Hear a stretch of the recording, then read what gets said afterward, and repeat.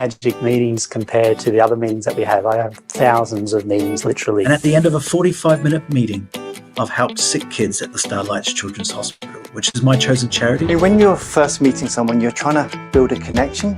And with Meetings for Good, you just find the connections automatically there. And when I actually think about what Meet Magic does and the opportunity to spend some time supporting the community of our vendors, but also being able to give back.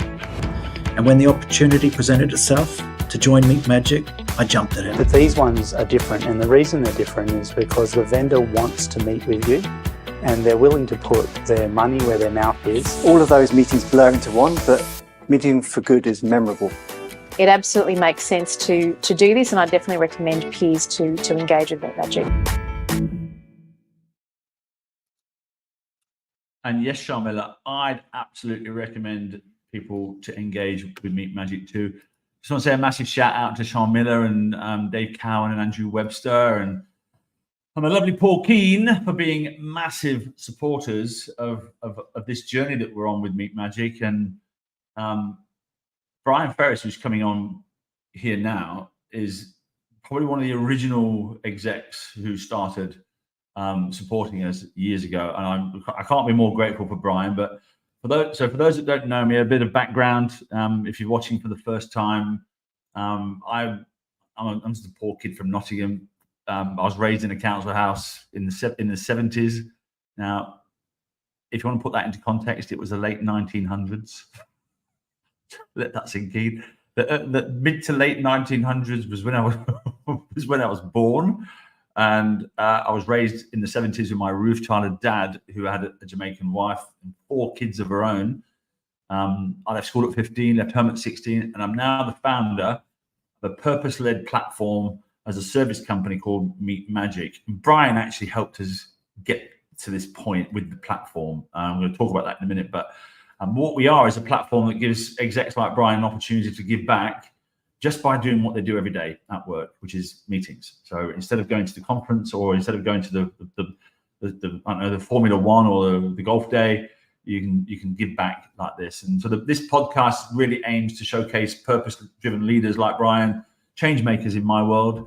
But it's my way to share their story because, like me, they've got one. And so this podcast is really about them, what inspired them growing up, mentors, visions for the future, and that sort of stuff. And Brian's definitely full of visions, which is great. But more importantly, how they give back and how they give back now. So if you're a leader, if you're a tech leader, and you want to come on the podcast and be a guest on here, there's a link in the show notes. It's called the Magic Mind Card. It's a bit of a test. So if you can't pass the test, you can't come on. But it is really a test. And so we use that to sort of filter out, to make sure you're a real purpose-led leader and not just saying you're actually going to do it. So, but for now, let me introduce Brian. Did I introduce you well? You are the chief. You tell us what the title is, because it's a big one. I'm a Chief Data and Technology Officer is the official one, but there's also analytics in there. So it's also known as C3O on occasion. And if I could get P in there, procurement or something, then I could be C3PO, which would be epic. But no, Chief Data and Technology Officer is the official one. It's nice to see you again, Brian. And I was thinking about this morning. We've launched this platform. I've invested a lot of my entire life into building this. And in the very beginning, when we were first doing it, we asked you to help us understand how to do it and what would it take from your perspective. What would you like to see? And you were there from the very, very, very beginning. And I just wanted to, just before anything else, just say thank you, because without that, it's kind of difficult to know where you're going. And you provided a lot of guidance from not just the tech, but the human aspect to it. What I want to see, rather than, because I remember when we first met, you thought we were a scam. Still two minds on that one there, but getting clearer now. No, seriously. Yes, I mean, it all sounded too good to be true. So, the knocks of life tell you that anything that sounds too good to be true probably is. So it needed a bit of uncovering to figure out that it wasn't, that it's a real thing. It's pretty epic.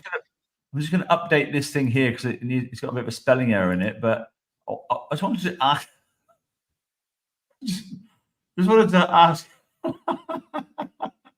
How did you get here as a Chief Digital AI Analytical Officer? Wow. Not even sure what one of those is, but it sounds awesome. I should like to be one. So this podcast is really about you, right? It's about your journey and really how you got to become where you are as a Chief Digital Officer in your space. And just tell us a little bit about who you are and where you're working now, because loyalty it's like flybys in Australia, right?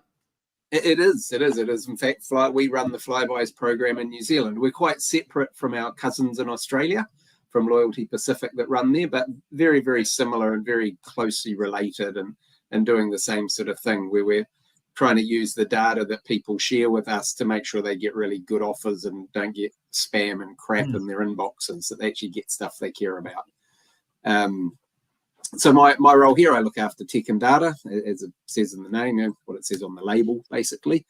And that's a pretty exciting role in a place like this, because if you're a data geek, there's a truckload of data here.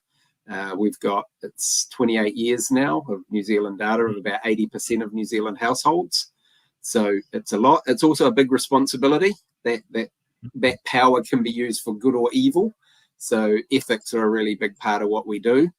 And using the data in a way that our members, who are my children, by the way, so it's my family and my children are also members of the program, so it's very personal, in a way that you'd be comfortable talking to anyone on the street to say, hey, you've shared your data, here's what we use it for.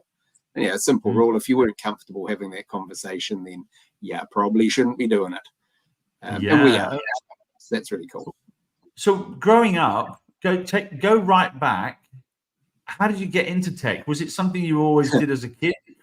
We've had some people on this podcast, and I asked them the same question, and they said, "Oh, I was sat down watching Star Trek one day, and I got really interested in technology." It was as simple as that, but it's logical. How did you get into tech? I didn't. I mucked around with computers and stuff when I was a kid, and quite liked it, but wasn't as quick as a lot of my peers figuring out that was the way forward. So I took a circuitous path. When I left school, I had no idea what I wanted to do, didn't have a clue. So I did an electrical apprenticeship, because that's what my brother had done, it's what my father had done, it's what my uncles had done. Well, all did that. So that seemed like a good thing to do. And I didn't have a clue, and also joined the army because that seemed like a really cool thing to do, something that interests me. But really, I didn't have a clue. And through my electrical work, I ended up at Fisher & Paykel, running production lines there. Started off in maintenance, ended up running production lines, and then was lucky enough to get poached across into an IT company who wanted my manufacturing experience. So I was dead lucky that the manufacturing experience got me into tech. And one of the first things I did was figure out that all this data that was lying around in these tech solutions was gold to the manufacturing managers and warehouse managers, and was desperately what they needed. So I never went into the path of implementing manufacturing solutions, which is what I got poached for. I ended up straight in the path of trying to figure out how to get the data in front of the people that really needed it. So I got lucky there, really. While I was a manufacturing leader, I saw the IT side of it. I was really interested in it, wasn't sure how to get into it, and got a lucky break and got lifted up and pulled across there. So you took a risk. Oh, yeah. Well, they took more of a risk on me, to be honest. But yes, it was a pretty big leap of faith on both parts there of how that was going to work out.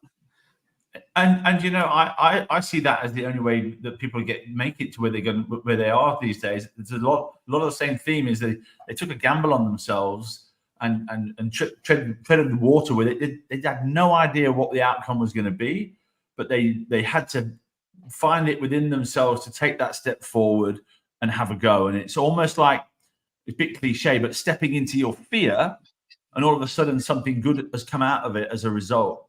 So there wasn't one particular person that inspired you as you were growing up. Was there anybody that stands out? I can't remember who mine were. I didn't have any, actually. In fact, all my influences were either Jamaican reggae stars or rap stars. So Biggie Smalls, Tupac, that sort of shit.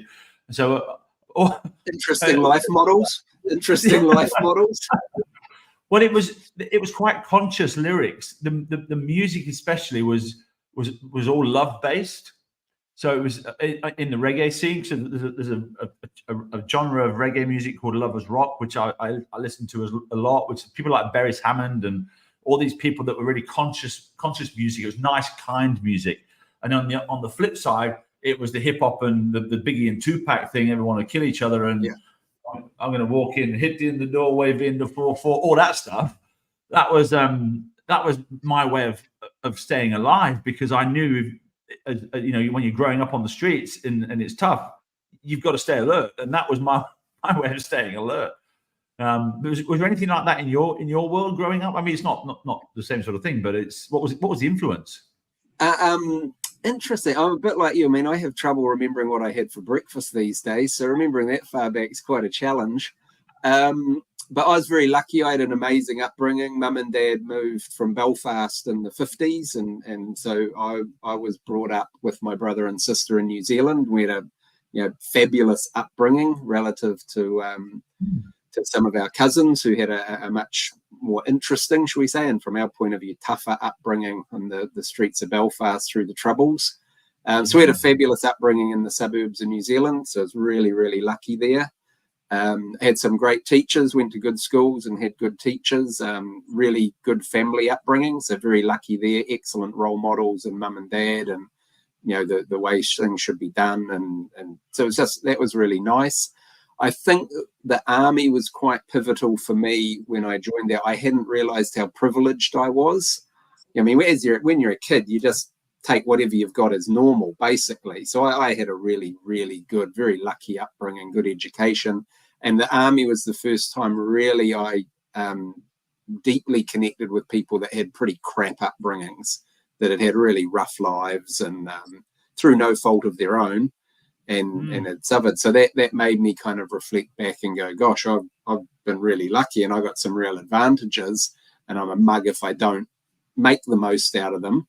And so that was probably the first time I really leaned into all the possibilities of life and what was being offered. And prior to that, I'd probably taken things a bit more for granted. Cruised along probably.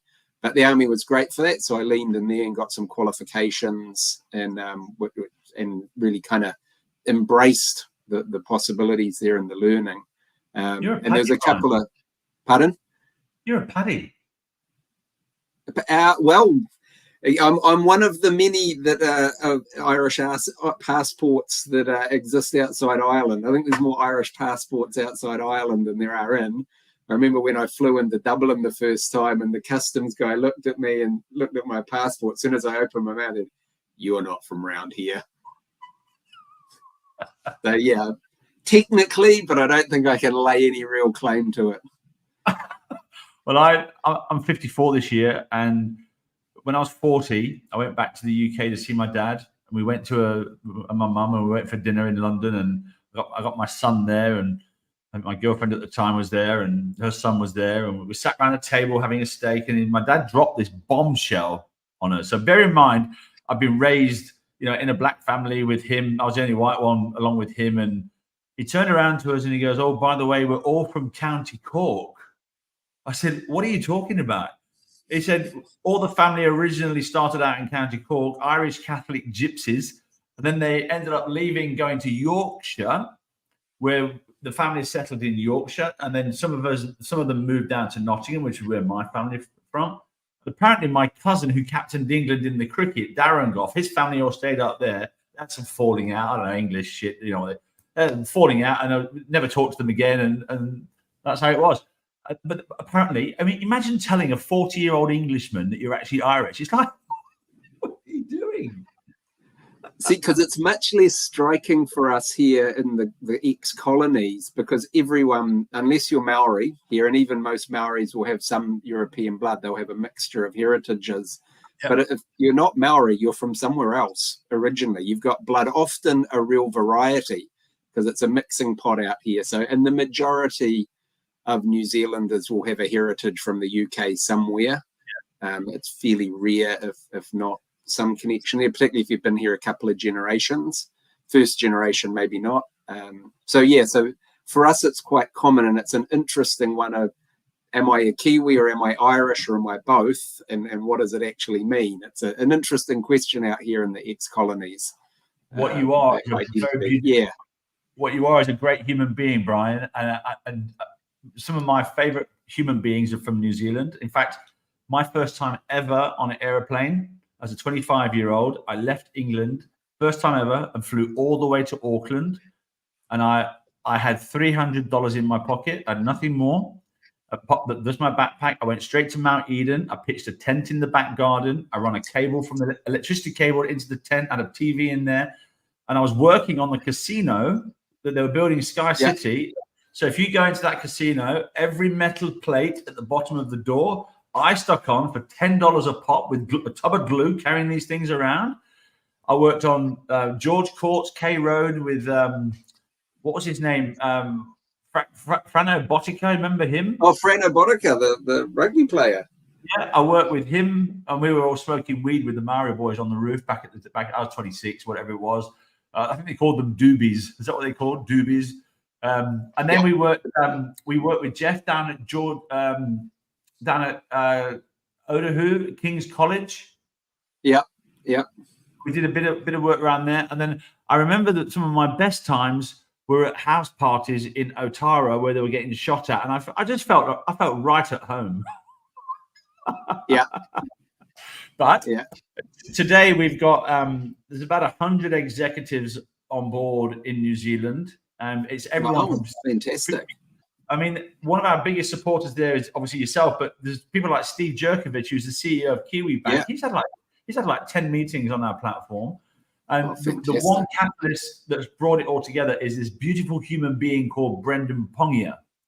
Yep. And Brendan's our ambassador. Is a shareholder, but is an ambassador of ours, and he's responsible for all of those execs coming to meet Magic. And I've done a podcast last week with Roxanne Stolton, who's the Chief Digital Officer of Southern Cross Health. Oh, yeah. She was on here last week, and she just loves it. But Brendan was also he's the Cure Kids head of business development, but he was on TV for 10 years. Good morning. And then he was also the Tall Blacks captain for the basketball team, leading basketball the player. Just an amazing talented individual.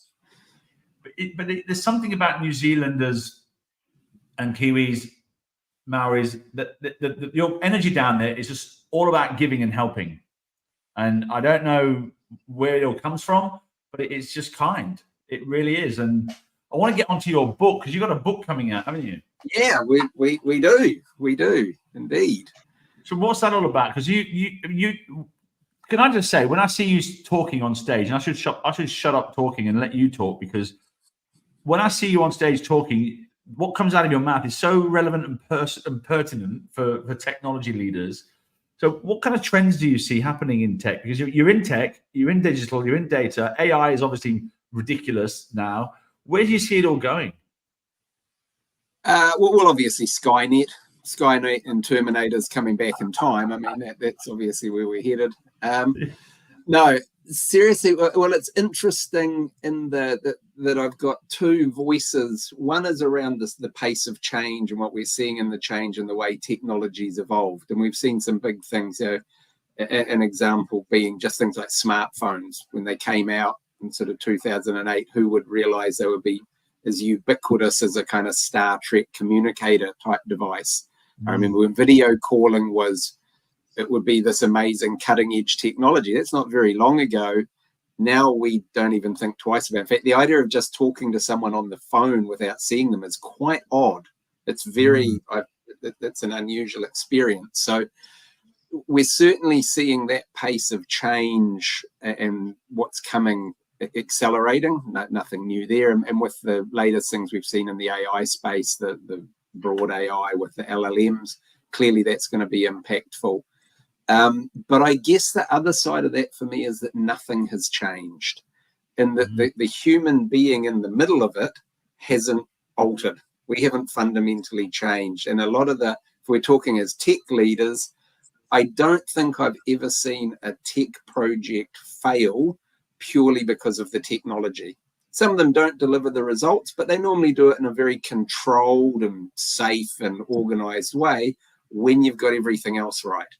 It doesn't matter how good the technology is, if you haven't lined up all the people side of it, if you've got silos and politics and different parts of an organization at war with each other, tech doing it without support, it's doomed. So the foundational stuff, the success factors, the main success factors stay the same, whether it was a 1980s ERP implementation or a 2025 AI implementation. What I've seen is getting the basics right, which is a lot around people, not just, but a lot around people, gives you a much better chance of success. And when all of that stuff's done right, even if the technology doesn't quite get where you want, guaranteed the teams will learn a truckload and will be at least somewhat successful. All the train wrecks I've seen have all been human factors, typically from before the very, very, very first project meeting. You know, I can think of projects where there's been rough back of fag packet stuff done of, okay, this is going to take probably 3-4 years and maybe 250 million. And the first conversation is, okay, well, I need that in 18 months and we've got 100 million.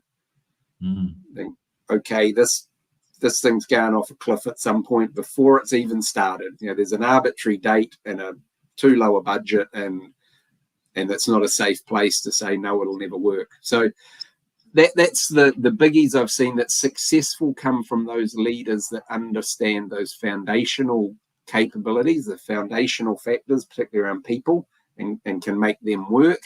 And also the ones that don't get hung up on the technology, that it's all there for a reason. Like AI in and of itself is useless. It's useful when it delivers some sort of value to people or an organization, or, you know, does something better than we couldn't do before. So I see that we're going to deliver a lot of shelfware again, as we do with every breakthrough. But under that, the killer apps will arrive. You know, out of all the dross, we'll see the really, really amazing stuff come through, and that will be game changing. I mean, Bill Gates has got a great quote, and I'll probably misquote it a bit, but it's something like, we overestimate the amount of change we're going to see in the next 2 years and underestimate what we're going to see in the next 10. You know, don't be lulled into action. So don't feel the need to panic and do something tomorrow. But on the other hand, be ready for massive change over the midterm. It's really interesting. You mentioned before about it coming down to humans that are the reasons why things don't get sort of adopted almost.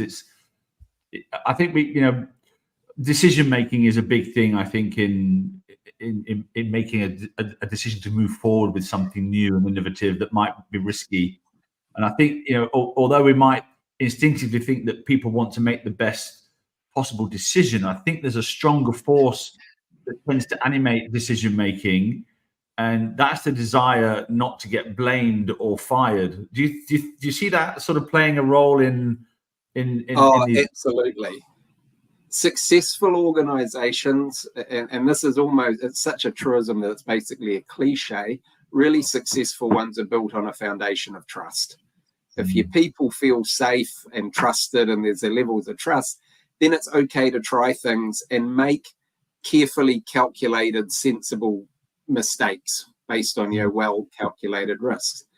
If it's not safe to do that, people won't take risks, and then an organization will suffer because they're scared. It also allows where, you know, you can have executives, particularly whose personal ambitions don't align with the organizational ambitions. So you're getting, you know, empire builders and that doesn't flourish in a high trust environment because they can get called out. So I think it's an absolute fundament that the ones that have got it are going to massively outperform those that don't, because people will try things. And in this space, it's really, really hard to know what the world's going to look like in that 10-year horizon. So who knows what the killer stuff is now? So something that might seem like a crazy, dumb idea, maybe it's not. Who knows? Who knew that a brick and mortar bookstore was going to turn into one of the tech giants of the world? You know, that makes no sense at all. So it's hard to know where to go. Do you know what else makes no sense? I think nobody was sitting down 30 years ago saying, I want to go and order a $4.50 coffee and walk around the streets with it. And Yeah. now we're all buying coffee from Starbucks, and Yep. we're happy. It's changed so quickly that we don't realize, and it's really the opposites that you're seeing that are becoming successful. Like, who would have sat down and said, you know, let's go and build something that's competing with Coca-Cola, and you come up with a drink that's in a smaller can, tastes like shit, and it costs more expensive. And Red Bull is a massive competitor to Coca-Cola, but it's the complete opposite of a big can that's sweet and cheap. Yep. How can that work? And so I wonder about this data, and you're obviously playing with data a lot, and I get a sense that we've got to be careful because all big data comes from the same place, the past. And so when you've got a new thing that's going on, it only takes a single black swan event or a small little rogue variable to really blow that calibrated model into chaos. How do you deal with that sort of thing when you're looking at data? Yeah, well, another great quote to throw out, I can't remember whose it is, I have to look at it. All models are wrong, some models are useful. Yeah. And it's a really good truism that data-driven doesn't mean mindlessly following. It means augmenting that wisdom and knowledge you have around, particularly an executive table, but at all levels of an organization, with data to drive conversations. So you take your data. Now, if it's something utterly predictable, the same thing happens every week, automate it. Go off your data. When a black swan event happens, like say COVID, be ready for human intervention and use the data to help you. But be smart about it. Know that your models are not going to be as useful as they were. Also, all models need to be maintained. It's not just the big black swan events. They drift over time. Recognize that most of our data sets, even in the past, are rubbish. There's the book by, and I always forget her name, it's Caroline Criado Perez, The Invisible Woman. You know, most of our data is built, or a lot of it is built off white male university students from the 40s, 50s, or whatever, because that's what the data was available during those periods. So we've got to recognize there's flaws in all of it and then be smart about what's the best we can do with it. And you've got to check your models, you've got to look for drift, you've got to understand, and you've got to use gut feel against them as well to drive a conversation. So that doesn't mean if the model says 10 and your executive guts say 15, you go with 15. It says, why is there a difference? Let's explore that. Why does the model think 10? Let's go and look at where that's coming from. And then either you go, yeah, well, that's because the data's missing. You know, there's flaws, or, looks like our gut feel might be wrong on this. Those are good, healthy conversations to be driven out of it. And they become much more important. So in a black swan event like COVID, you're going to have to rely on the experience around the table more, but that experience should then be leaning on the data to validate. That's really interesting, Brian. That's a really interesting point. It makes me realize things that Rory Sutherland says. So Rory's the vice chairman of Ogilvy in the UK. He's the Meat Magic chief evangelist. He talks about evolved human instinct that may be much better at statistics than modern economists. So you just mentioned there that the gut feeling around the table, that's evolved human instinct talking about here. Do you see that is an actual true thing, that it's more evolved than... I wouldn't say more evolved. That's going to depend on the situation. I think you've got different things so you've got your hardcore data, black and white models, algorithms, and you've got the subtle biases that we've evolved over millions of years that help us with decision making. When you blend the two of them in an environment where you can have open, honest, challenging conversations around the decision-making table, that can get really powerful. When you rely on just one or the other, it can be risky. And in different situations, again, depending on how good your models or data are or how good your decision makers are, it depends on where the balance is. But if you've got a board with, say 8 people in it, all with 40 years experience, if that whole board's leaning in a direction, you don't want to ignore that. You want to be drilling further and looking to understand, why is there a niggle there? Even if you can't put your finger on it, if you're deeply uncomfortable with something, it's not a reason not to do it, but it's a reason to go look for why. And then make an informed decision, because we can be tricked. All those biases and things that we developed to survive out in the plains when saber-toothed were hunting us, a lot of them just aren't useful in a data-driven world. They fool us.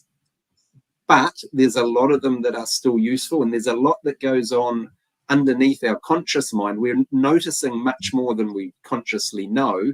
So that niggly feeling can be very real things that you just haven't consciously realized. You know, you can walk into a room and feel uncomfortable and afraid. You're not sure why, but ignore that at your peril. You know, have a look around and figure out, why am I so nervous in here? What is it that, oh, hang on, that door should be locked and it's open. Oh, oh, hang on. Great, that's a good message. Or maybe it's just there's a stranger in the room. Okay, that's all right. That's not a reason to freak out, maybe. That's okay, I'll go and introduce myself. The same thing happens in your data. There's all the confirmation biases and the negativity bias and survivor bias. There's lots of things, but that's where the models are good. They help you understand why you're believing a certain thing. They're the ones that they... Yeah, it sounds to me like there's the number of people that actually understand or think that they understand statistics dangerously dwarfs those that actually do. I think maths can cause fundamental problems if badly used, and often metrics. You hear about this a lot. People always look at their averages in these metrics, and they encourage you to focus in the middle of a market. But actually, innovation happens on the extremes. Are you seeing that a lot? Certainly seeing that the challenge where people think they understand the data much more than they do, and that data literacy is a real challenge. You know, the average trap is a classic. You know, you got a person with their head in the oven and their feet in the freezer, but on average, they're really comfortable. Yeah, and there's lots of examples like that in business where it may be the outliers you're really interested in, because they might be telling you a lot more than, hey, we're hitting the average. Okay, that's fantastic. But actually, we made all our money on 2 out of our 100 clients. It was the outliers we should be putting our money into, not pumping the average. Data literacy is a huge, huge issue in organizations. Because one of the biggest, if you've got a recognition of ignorance, that's fine. That can be dealt with. The real danger is the number of people that believe they're very competent with data and believe they're being data-driven, but actually their data literacy is the equivalent of a 4-year-old trying to read the newspaper. That's really, really an issue in organizations. I can see your next business, cognitive capital uplift, right there. It's you could literally walk in and when you think about that cognitive capital as a business, there's a lot inside a company. That's, if you've got people that have been there for 15, 20 years and you're going to let that cognitive capital walk out the door, the data that's walking out the door is massive. If you can take your model, train them, update them, get them up to speed with their knowledge and and the data that they've got, that's a massive opportunity for business. Huge, and have an environment that they can operate in so we can safely say, hey, we've got an idea. It's a bit risky and a bit weird and a bit left field, but could we give it a try? I've got a feeling that maybe people will buy yellow shoes in the UK. They don't all have to be black and white. I reckon they'll go for colourful ones too. Can we give that a shot? And but there's a lot. That's actually coming back to the book. That's fundamentally what myself and Jason wrote the book about, which is the very wordy title around advanced analytics and getting value out of it. But it's exactly what we saw, is that there's a lot of focus on pure technology and not enough, which often disappoints. The companies don't get their ROI, don't get the benefit. So it talks about the technology and the cool things and the opportunities, but it also talks about how you can apply that in an organization, particularly the people and process parts, to leverage all that value in a company that's already there and make this stuff stick and actually work. because that's what we identified as a really big gap. It's not enough to have a lot of really smart data scientists. There's a whole bunch of other foundational things that have got to be in place for them to flourish and actually add value into a P&L or into the outcomes in a not-for-profit. It's so good. I think let's talk about your book. So what's it called? Advanced Analytics and How to Get Business Value. Okay. And Yep. this is going to be suitable for any business leader that's got some ideas and they want to understand how to leverage those ideas and leverage data more specifically. Yeah, pretty much all levels. But it's not super highly technical. It's not written for sort of deep technologists that want to explore the most exciting new features of the LLMs and AI. This is about what's out there, what might be relevant, and what's some hard-earned lessons on how you can actually get it so it delivers, and then scales. Also talk about, so you identify what will work, avoid shelfware, avoid the POCs that go nowhere, and get it so you get a flywheel going and you get momentum, and actually this is building in your organization.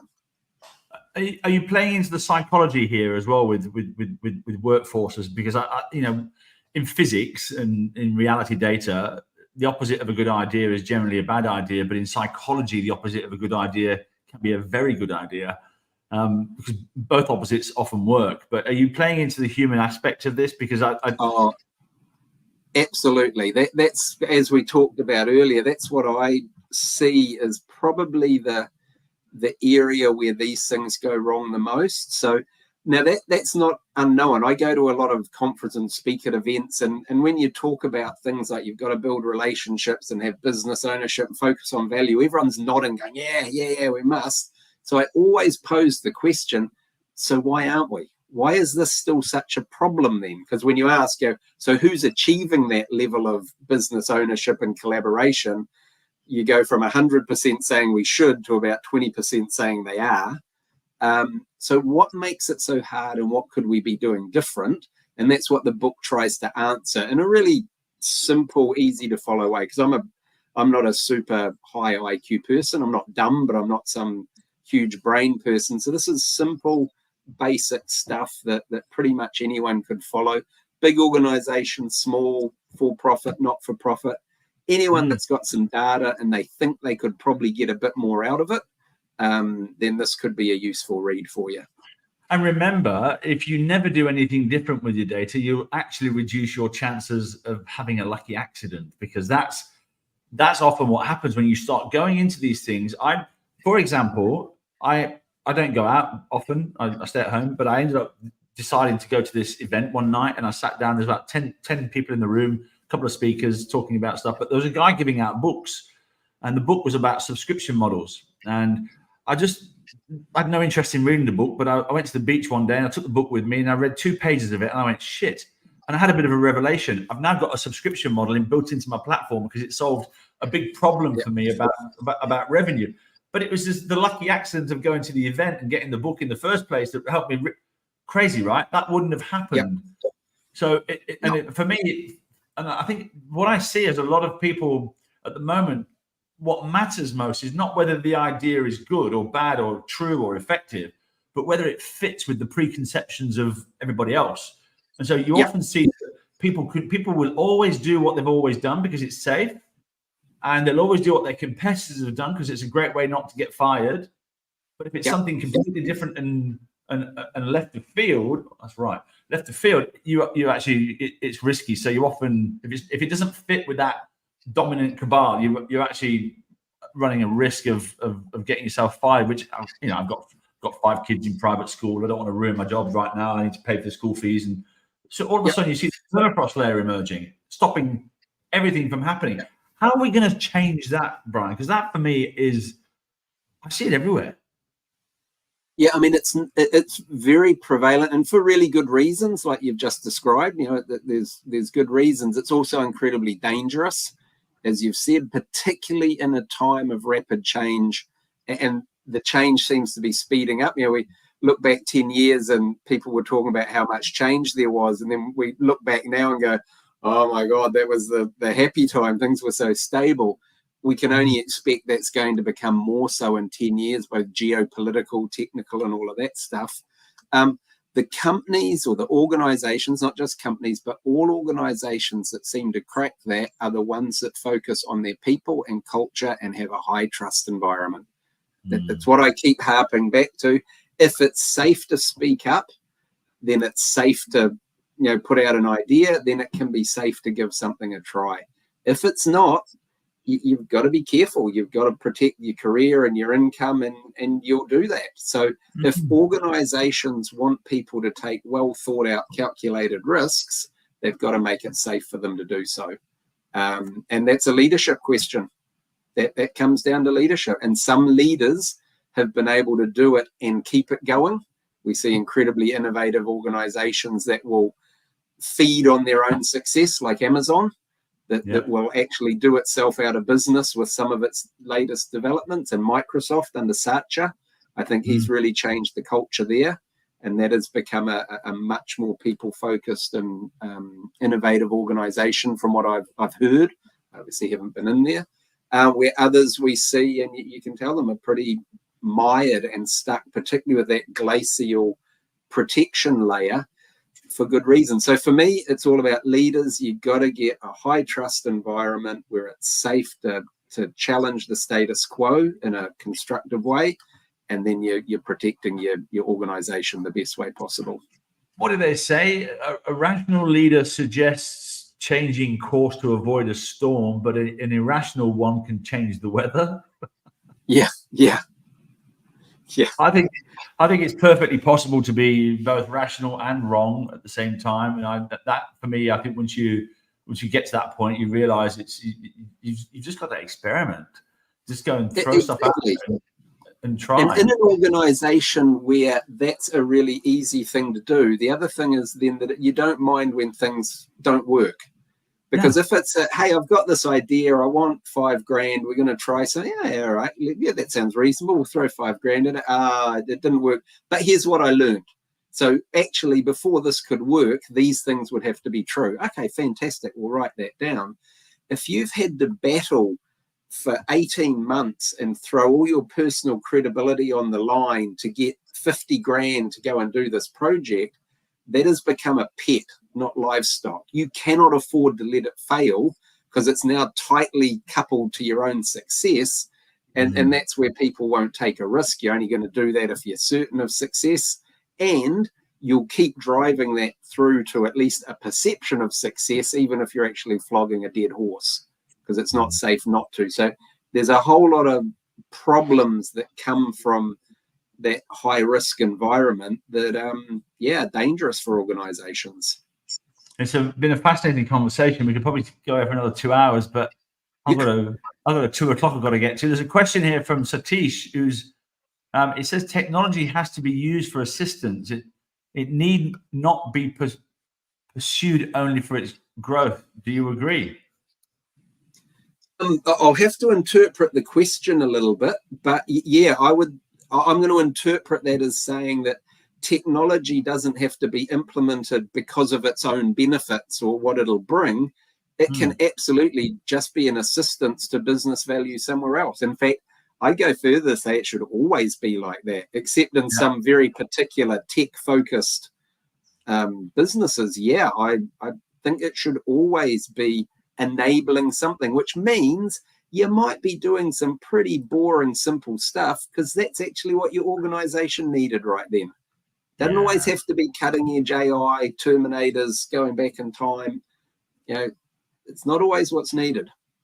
Brian, I've got 5 Socratic questions you're going to end with. I just want to finally say thank you for being a massive supporter of ours, and for taking all the meetings that you do through us, and the support you've given to Cure Kids. And it's been amazing. I honestly can't thank you enough. Here's the 5 questions, okay? So, Salesforce or HubSpot? Neither. Good answer. How long does it take you to get ready? 5 minutes. Last song you sang out loud?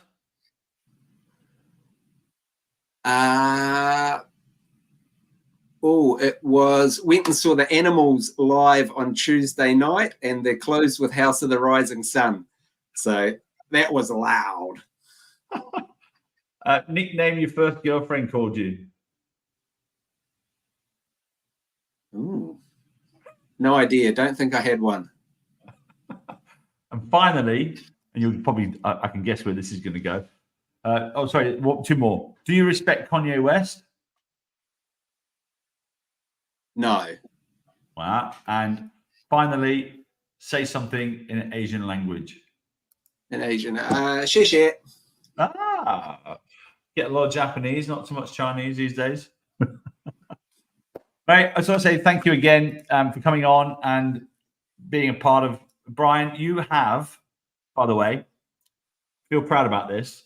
You've had 11 meetings with us over the past couple of years, and that's contributed $7,700 to Cure Kids. Fantastic. Happy to have the opportunity to do so. So thank you, folks, for setting this up so we can do that. That's awesome. That's a beautiful outcome just by going to work. Yeah, and having meetings that I potentially would have been having anyway. Yeah. You know, why wouldn't you? Why would you not do this? That's what I can't understand, why everyone isn't signed up to this. For me, it's a win-win-win situation for everyone involved, and you're doing good for kids with cancer. I mean, sorry, but why wouldn't we all be doing this? Well, our goal this year, and by the way, I've just got myself a new co-founder, so shout out to Georgia, who's just come on board. I realize we get to a certain point in the journey, you need to share it with somebody. Finding somebody or attracting somebody, it's kind of difficult. As a founder, you look for the unicorn, right? Who's going to be as willing, who's going to be as invested mentally, physically to come on the journey, who's got the skill sets, who's got the background, who's actually been there and done it and failed already. Georgia's got the whole lot. Ticks all of those boxes. Twice startup. 2 failed startups. I love that. Because you've learned a lot, presumably. Totally. And so this is, for me, a great opportunity for us now to grow and scale. We've got the platform live. It's a brand new platform as a service now with a whole lot of features and benefits in there, but it's really ready to scale. So our job now is to put 10,000 execs, or invite 10,000 execs to come and get on, and the impact can be huge. And Brian, it all started with you when we did that interview. Do you remember? I do remember that one. That was, I'm very happy to have been able to help even a little bit, and quite honored to have been included early on. That to me is I'm grateful for that opportunity. There's now 1,000 execs using this platform now, based on all the information that you gave us all in those days about what to do and how to do it, where to go from an exec perspective. And that's what's happening. So massive thanks. I better jump off to my 2 o'clock. I'll put the book, the title, and everything in this thing in the show notes. Or I'll send you a link. I'll send you a link to it, where you can buy it, and get it early Christmas presents for the world. You'll love it. How much is it? Oh, it depends whether you get it Amazon or Routledge. I'll send you the flyer so you get a 20% discount. Because we don't get to set the price. They've put it pretty pricey. So I'll give you the discount one you can post up for people, and get it for all your aunts and uncles for Christmas. Everyone will love it.